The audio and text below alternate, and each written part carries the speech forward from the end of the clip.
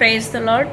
என்னோட கடந்த சாட்சியில் நான் என்னோட திருமண சாட்சி பற்றி சொல்லியிருந்தேன். எப்படி ஆண்டவர் மகிமையாக என்னோட திருமண காரியத்தை கையில் எடுத்து ஆண்டவரே நடத்தி கொடுத்தாங்க.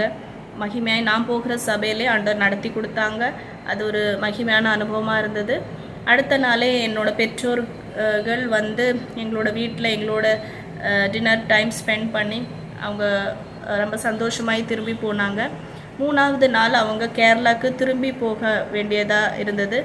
3வது நாள் அவங்க ரயில்வே ஸ்டேஷன், சென்ட்ரல் ரயில்வே ஸ்டேஷனுக்கு அவங்க ட்ரெயினுக்கு போகும்போது அப்பாவுக்கு திடீரென்று ஹார்ட் அட்டாக் வந்து அப்பா அங்கேயே விழுந்துட்டாங்க. அங்கே கொஞ்சம் ஃபஸ்ட் எய்ட் கொடுத்து டக்குன்னு அவங்க எல்லாருமே அங்கே சேர்ந்து ஜிஹெச்சில் கொண்டு போனாங்க. ஆனால் அவங்க இறந்துட்டாங்க மாதிரி சொன்னாங்க. அந்த சம்பவம் ரொம்பவே வேதனையாக இருந்தது எனக்கு. என்னோட திருமணம் நடந்து 3வது நாளே என் அப்பா இறந்துட்டாங்க. அது என்னால் தாங்க முடியல அந்த வேதனை. அது ரொம்ப ஒரு வித்தியாசமான சூழ்நிலை இருந்தது. ஏன்னா என்னோட குடும்பம் முழுவதும் ஆண்டவர் அறியாத குடும்பமாக இருந்தது. அந்த குடும்பத்திலேருந்து ஆண்டவர் என்னை ரட்சித்து என்னோட திருமணத்தை ஆண்டவர் அழகாய் என்னோட பெற்றோர்களோட சம்மதியில் எல்லாமே மகிமையாக நடத்தி கொடுத்து எல்லாமே சந்தோஷமாக போக வேண்டிய நேரத்தில் இப்படி ஒரு சம்பவம் நடந்தது. அது ரொம்ப அதிர்ச்சியாக இருந்தது. அது நான் எதிர்பார்க்கவே இல்லை. அது ஒரு சடனாக ஒரு வித்தியாசமான ஒரு சூழ்நிலையில் நாங்கள் தள்ளப்பட்டோம். அப்புறம் நாங்கள் எல்லாருமே கேரளாவுக்கு அவங்களோட சடங்கு பியூரியலுக்காக போகணும்னு சொல்லி தீர்மானிச்சிருந்தோம்.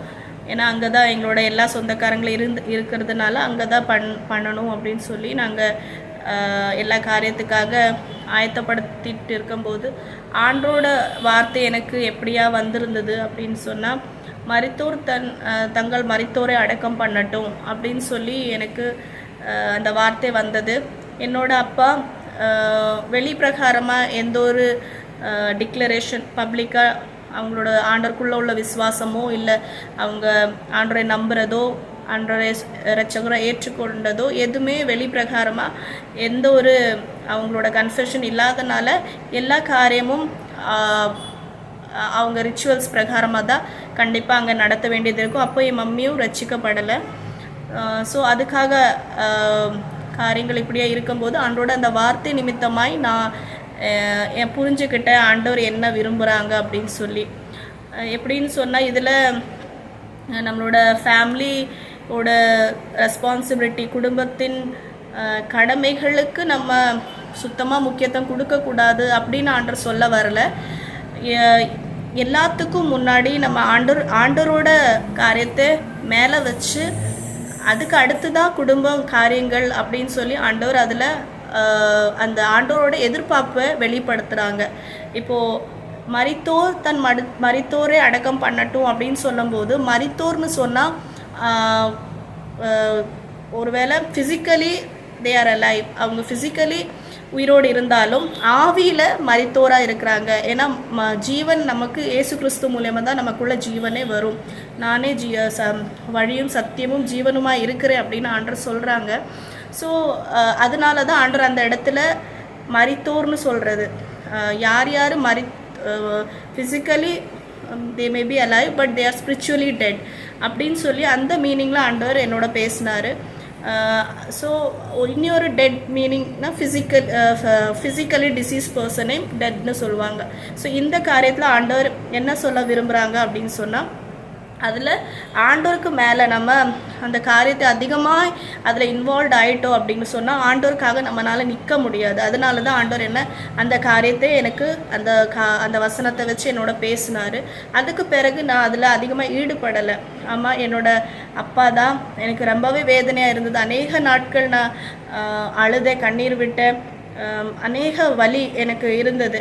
பட் ஸ்டில் அந்த நம்ம வெளிப்பிரகாரமாக அவுட்வேர்டாக பண்ணக்கூடிய ரிச்சுவல்ஸ்லேயோ அதுலேயோ எதுலையும் என்னோட ஈடுபாடு இல்லாமல் இருந்தது. ஸோ ஆண்டவர் என்னை அப்படியாய் வழி நடத்தினாங்க.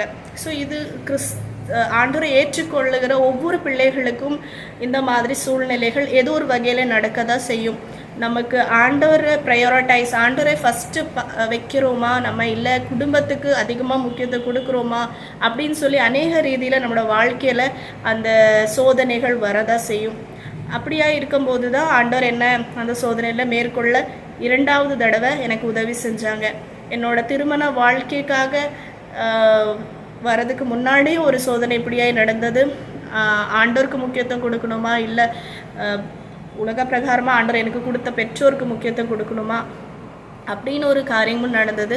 அடுத்த சவால் இந்த நேரத்தில் ஆண்டோட இந்த வார்த்தை ஒரு சேலஞ்சிங், ஒரு சவாலான ஒரு வசனமாக இது இருக்கிறது.